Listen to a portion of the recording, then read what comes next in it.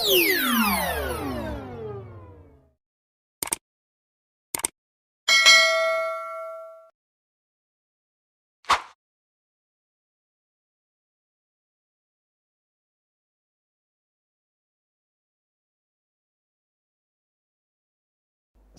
Ustaz, Assalamualaikum warahmatullahi wabarakatuh. Bagaimana cara kita membedakan mana bisikan setan dan mana dorongan hawa nafsu supaya kita bisa menyikapinya dengan benar menurut fikih? Gini, nafsu itu asalnya dia netral. Dia mendorong untuk lawan dari takwa saja supaya takwanya muncul. Misal, memang unsur-unsurnya negatif semua. Marah, nafsu. Iri, nafsu. Dendam, nafsu. Sombong, dusta, nafsu. Itu ada di nafsu semua. Lawannya itu takwa. Lawannya apa? Takwa. Nah, di takwa itu lawan dari semua sifat yang tidak baik tadi. Misalnya di sini ada dusta, di sini ada jujur. Di sini ada sombong, di sini ada rendah hati. Nah, rendah hati itu bagian dari sifat takwa yang baik. Di sini ada sabar di takwa, di sini ada amarah di nafsu. Nah, nafsu itu diciptakan agar sifat-sifat itu bisa memunculkan sifat-sifat takwa. Kalau bahasa kerennya jadi katalis, menstimulus takwa supaya keluar. Misal, amarah kenapa diciptakan di nafsu? Bukan ingin membuat bapak jadi pemarah, bukan. Supaya sabarnya keluar. Sebab kalau tidak ada amarah, nggak mungkin orang sabar. Ibu kalau mau cek ya, gini, nanti suami pulang ke rumah, nggak ada angin, nggak ada hujan, nggak ada petir, nggak ada apa-apa, ibu bilang, "Papa sabar ya, Pak, sabar." Kira-kira suami ibu bilang apa? Nah, mama sehat, gitu kan? Ya kan mesti ada pemicunya dulu kan? Amarah itu diciptakan supaya sabarnya muncul. Jadi ketika suami tiba-tiba marah, sebetulnya Allah bukan ingin menjadikan suami pemarah, bukan Bu. Supaya kesabaran pada ibu muncul. Kenapa harus muncul sekarang? Karena di depan ada masalah lagi yang muncul, butuh kesabaran yang ekstra yang sekarang sedang dinaikkan itu. Kalau dia nggak naik, rumah tangga ibu bisa repot di depan. Makanya dinaikkan dulu supaya kita siap menjemput ujian yang selanjutnya akan datang. Kenapa ujian itu akan datang? Karena doa ibu sendiri. Doa harapan kita itu, tanda dijawabnya oleh Allah, datangnya ujian. Ujian itu jembatan menuju jawaban. Ya Allah, aku ingin lulus ya Allah dalam kuliah ini. Bagaimana cara lulusnya? Ujian. Kan nggak mungkin, nggak ikut sekolah tiba-tiba wisuda dapat ijazah misalnya, kan mustahil. Jangan dipotong ya, awas nih. Awas nih, kok nyambung aja ya. Saya nggak ikut-ikutan masalah-masalah politik gitu. Nah tuh. Awas. Ujian kan?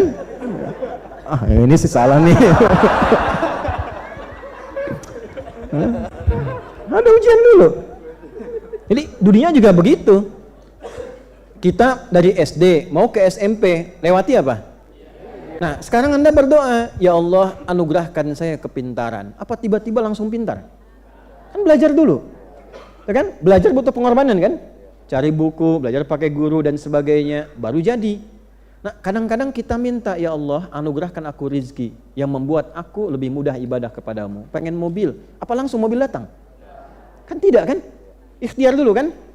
Walaupun ketika Anda ikhtiarnya, bisa Anda dengan berkhidmat ke masjid, lagi beres-beres. Bapak rajin sekali, saya amati sudah sepekan ada di masjid terus di sini, beres-beres. Rumah di mana?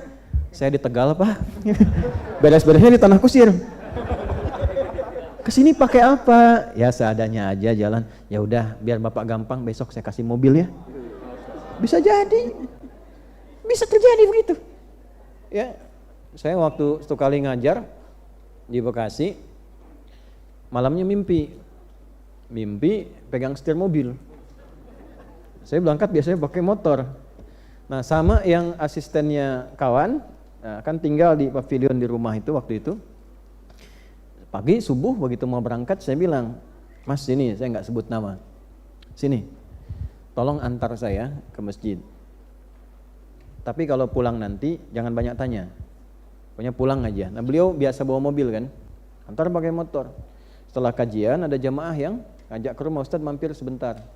Ngobrol udah, "Ustadz gimana dakwah macam-macam." "Nah Ustadz mohon maaf di depan itu mobilnya Ustadz." "Oh mobil saya." Oh iya mohon maaf walaupun tidak baru mungkin bisa memudahkan Ustadz untuk transportasi ke tanah sini. Cuma saya mau tanya, Ustadz bisa bawa mobil tidak? Saya bilang saya tidak Pak, tapi ini bisa. Jadi akhirnya pulang pakai mobil, motor disimpan. Saya bilang sama yang bawa, diam aja gitu. Sampai akhirnya mobil itu karena banyak orang pengen ngaji, pengen apa, karena bilang beliaunya, Ustadz kalau memang gak cocok dijual gak apa-apa, kalau perlu sama saya juga gak apa-apa, jual lagi.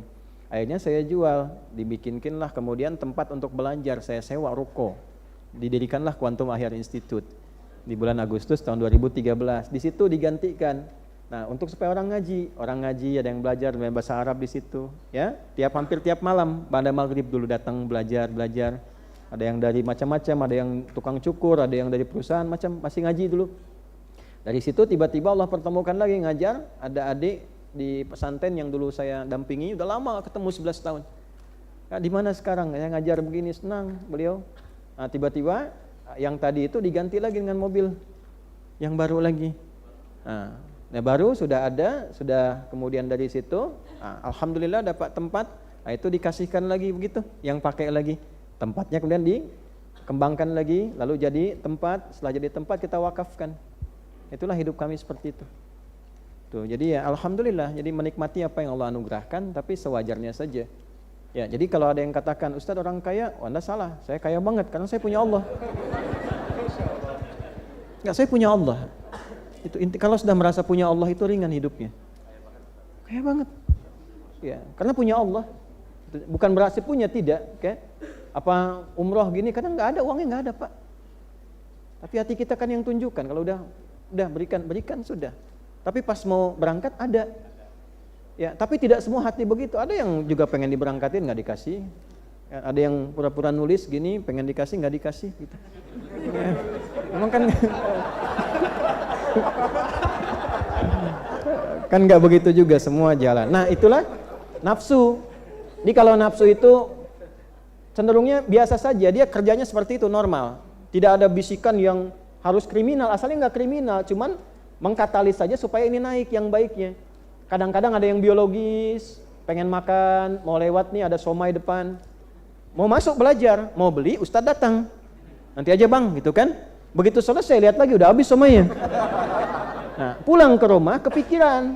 Sampai kepikiran mau tidur, sampai mimpi ketemu somai. Nah, itu nafsu. Kalau setan tidak. Kalau setan bagaimana caranya dia maksiat. Itu tugasnya. Makanya disebut syaitan dari kata syatona, yang menjauhkan orang dari kebaikan. Syaitan itu tipikalnya yang penting maksiat. Gimana caranya maksiat? Kalau nafsu ingin aja, ingin gitu. Kalau setan gimana caranya maksiat? Wah, sepatu bagus nih. Pengen sekali punya yang seperti itu. Datang setan. Kapan? Kapan lagi ada kesempatan begini katanya kan? Nah, itu setan. Jadi cara membedakannya, kalau setan cenderung provokasinya pada maksi, kalau nafsu keinginan yang terus terbawa. Yang bahaya itu setan menunggangi nafsu. Ya, makanya kadang-kadang dalam bab tertentu dilarang kita berpenampilan atau menampakkan sesuatu yang menghadirkan dorongan nafsu supaya tidak ditunggangi setan. Kenapa ada batasan untuk perempuan menggunakan pakaian tertentu? Supaya di lawan jenisnya tidak aktif nafsunya sehingga setan menunggangi. Kalau aktif terus-terusan diikutin, dilihat, nanti datang setan. Lama-lama maksiat terjadi. Ya, demikian dalam kehidupan juga ya. Jadi kenapa kita ibadah? Salah satunya mengendalikan apa? Nafsu. Makanya di Quran, di hadis ada belajar makan secukupnya, tahu fungsinya. Kalau takwa kebutuhan, nafsu keinginan. Ya, misal, apa fungsinya minum? Kebutuhannya apa? Menghilangkan haus. Nah, nafsu memberikan warna dalam minuman itu. Pengennya apa? Oh, saya udah lama minum air bening, pengennya susu aja, ya kan? Nah, itu nafsu namanya. Jelas? Nanti mama besok kita makan apa? Nasi uduk Pak, gitu. Ya baik, kita berangkat nanti ya. Yang di mana? Yang di Paris. Ya benar? Itu nafsu. Nah, padahal kebun sirih juga ada misalnya kan? Malam-malam tiba-tiba tinggal di Bekasi, pengennya nasi uduk kebun sirih, padahal nasi uduk banyak di sampingnya. Paksain nggak pengen berangkat ke sana, itu nafsu. Berangkat macet, nyampe ke sana habis, kan? Pulang kepikiran, itulah nafsu. Jadi cara membedakannya, nafsu cenderung support pada keinginan yang sulit untuk dihilangkan. Cara mengendalikannya, cari lawannya pakai takwa. Sedangkan setan itu cenderung mengarahkan pada maksi. Nah, caranya hindari bisikannya, cari lawannya. Lawan setan itu malaikat. Karena itu malaikat disebutkan 88 kali dalam Al-Quran, setan disebutkan 88 kali. Nafsu sesuai dengan fungsi manusia di dalamnya disebutkan 115 kali. Takwa yang sesuai fungsi memanage nafsu disebutkan 115 kali. Dari 240 kali penyebutan, 115-nya adalah fungsi mengendalikan nafsu.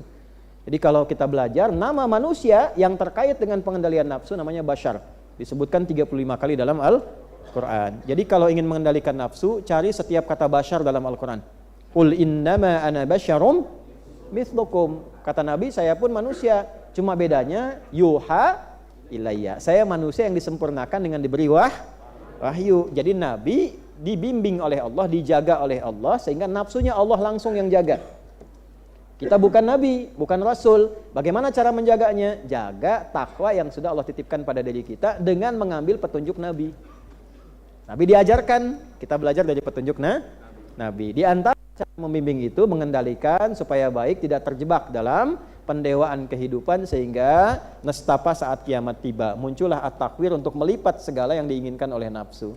Itu kesimpulan hari ini. Semoga kita diberkahi, semoga dimaafkan segala salah kita, diampuni dosa-dosa kita.